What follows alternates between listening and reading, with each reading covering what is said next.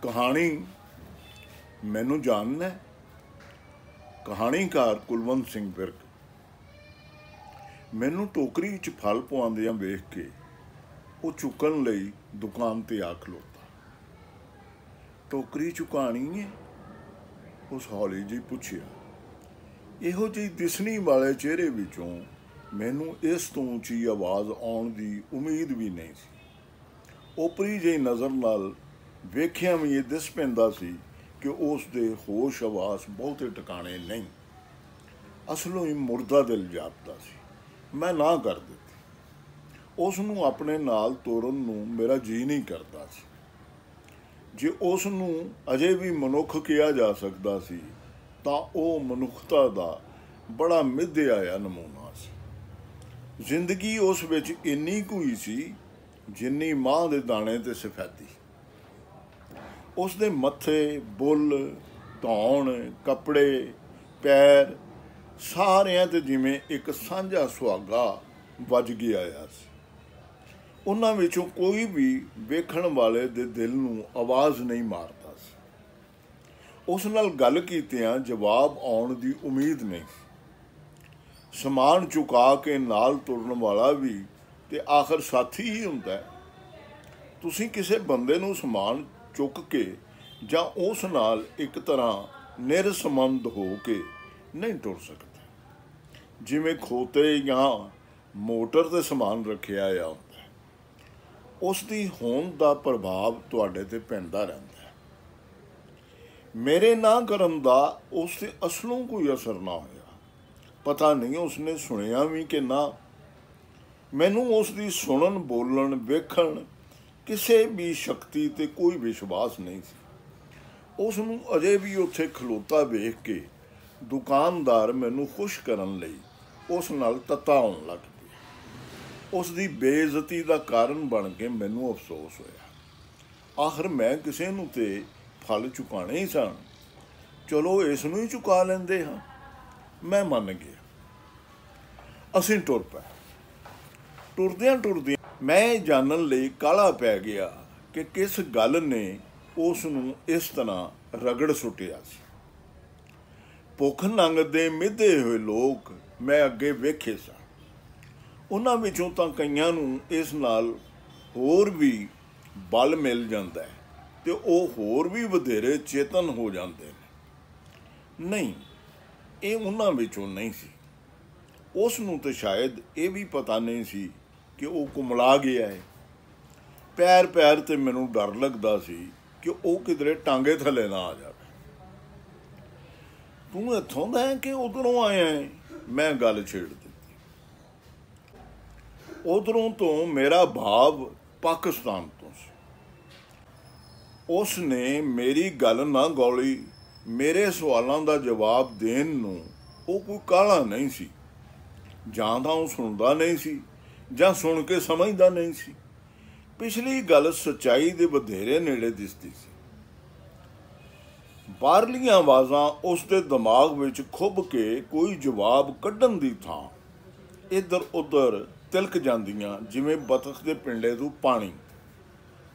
बड़ी मुश्किल नाल मैं कुछ गल्लां उसदे अंदरों खुरचियां। तू पाकिस्तान विचों आया है? आहो। किहड़े थां? सांगलेओं। इत्थे की करना है? कुछ भी नहीं। रात सौंदा कित्थे मैं? इत्थे ही सड़क ते सौ रहिना वां। रोटी कित्थों खांदा है? किसे तंदूर तो खा लेना 2 आनियां दी।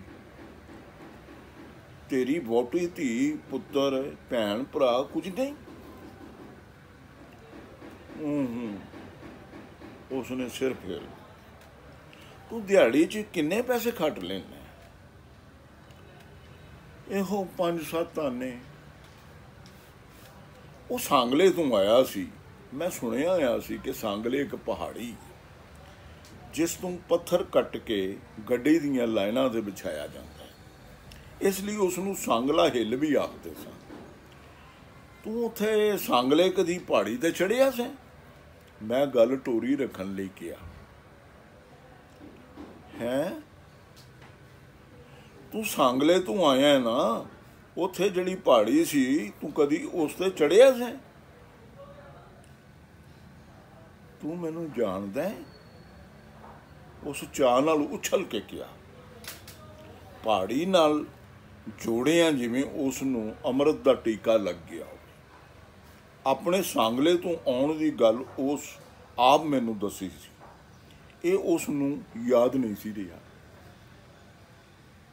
ਆਹੋ, ਮੈਂ ਤੈਨੂੰ ਉੱਥੇ ਵੇਖਿਆ, ਮੈਂ ਉਸ ਦਾ ਦਿਲ ਨਹੀਂ ਤੋੜਨਾ ਚਾਹੁੰਦਾ ਸੀ।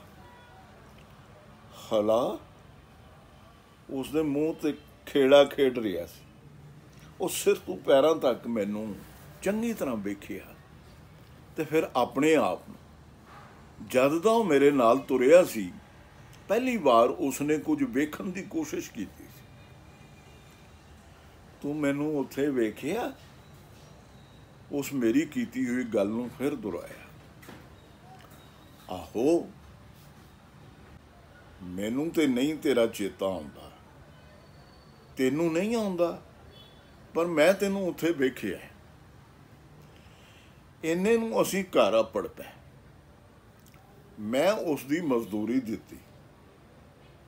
ਇੱਕ ਗੱਲ ਹੋਰ, ਕੀ ਮੈਨੂੰ ਕੋਈ ਪੁਰਾਣਾ ਕਮੀਜ਼ ਪਜਾਮਾ ਦੇ। ਨਵੀਂ ਗੰਢੀ ਵਾਕਫੀ ਕਰਕੇ ਮੈਂ ਉਸ ਨੂੰ ਨਾ ਨਹੀਂ ਕਰ ਸਕਦਾ ਸਾਂ। ਇੱਕ ਪੁਰਾਣੀ ਕਮੀਜ਼ ਤੇ ਪਜਾਮਾ ਮੈਂ ਅੰਦਰੋਂ ਲਿਆ ਕੇ ਉਸ ਨੂੰ ਦੇ ਦਿੱਤਾ। ਉਹ ਖੁਸ਼ੀ ਖੁਸ਼ੀ ਪਿਛਾਂਹ ਮੁੜ ਗਿਆ। ਉਸ ਦਾ ਪੈਰ ਹੁਣ ਕੁਝ ਤਰੀਖਾ ਸੀ। 3-4 ਦਿਨ ਲੰਘ ਗਏ। ਇੱਕ ਦਿਨ ਉਹ ਮੇਰੇ ਘਰ ਆ ਕੇ ਆਵਾਜ਼ਾਂ ਮਾਰਨ ਲੱਗ ਪਿਆ। ਮੈਂ ਬਾਹਰ ਆਇਆ ਤੇ ਉਸ ਨੂੰ ਵੇਖ ਕੇ ਹੈਰਾਨ ਰਹਿ ਗਿਆ। ਉਹ ਪਹਿਲੇ ਨਾਲੋਂ ਬਹੁਤ ਬਦਲਿਆ ਹੋਇਆ ਸੀ। ਉਸਨੇ ਮੇਰਾ ਦਿੱਤਾ ਹੋਇਆ ਕਮੀਜ਼ ਪਜਾਮਾ ਪਾਇਆ ਹੋਇਆ ਸੀ। ਉਸ ਦਾ ਮੂੰਹ, ਅੱਖਾਂ ਤੱਕ ਸਭ ਨਿਖਰੇ ਹੋਏ ਸਨ। ਕੋਲ ਹੀ ਉਸਨੇ ਇੱਕ ਸਾਈਕਲ ਰਿਕਸ਼ਾ ਖੜੀ ਕੀਤੀ ਹੋਈ ਸੀ। ਸੈਰ ਕਰਨ ਜਾਣਾ ਹੈ? ਉਸ ਪੁੱਛਿਆ। ਉਹ ਹੁਣ ਰਿਕਸ਼ਾ ਵਾਹਨ ਲੱਗ ਪਿਆ ਸੀ ਤੇ ਆਪਣੇ ਰਿਕਸ਼ੇ ਤੇ ਬੈਠ ਕੇ ਮੈਨੂੰ ਇੱਧਰ ਉੱਧਰ ਘੁਮਾਉਣਾ ਚਾਹੁੰਦਾ ਸੀ। ਨਹੀਂ ਬਈ, ਮੈਂ ਵਾਂਢੇ ਜਾਣਾ, ਹੁਣ ਸਮਾਨ ਬੰਨ ਰਿਹਾ ਹਾਂ, 10 ਦਿਨਾਂ ਨੂੰ ਮੁੜ ਕੇ ਆਵਾਂਗਾ, ਫਿਰ ਤੇਰੇ ਨਾਲ ਸੈਰ ਕਰਨ ਚੱਲਾਂਗਾ। 10 ਦਿਨਾਂ ਪਿੱਛੋਂ ਉਹ ਫੇਰ ਆਇਆ। ਮੈਂ ਉਸਦੇ ਰਿਕਸ਼ੇ ਤੇ ਬੈਠ ਗਿਆ। ਕਿੱਥੇ ਦੀ ਸੈਰ ਕਰਨੀ? ਉਸ ਪੁੱਛਿਆ। ਮੈਂ ਕਿਹਾ, ਜਿੱਥੇ ਸਲਾਹ ਹੀ ਲੈ ਚੱਲ।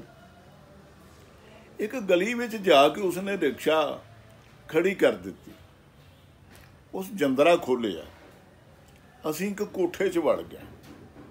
ਉੱਥੇ ਇੱਕ ਮੰਜੀ ਡੱਠੀ ਹੋਈ ਸੀ।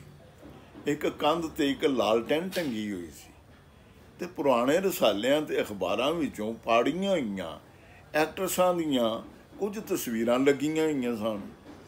ਮੈਂ ਮੰਜੀ ਤੇ ਬੈਠ ਗਿਆ। ਇਹ ਕੋਠਾ ਤੇਰਾ ਹੈ? ਮੈਂ ਪੁੱਛਿਆ।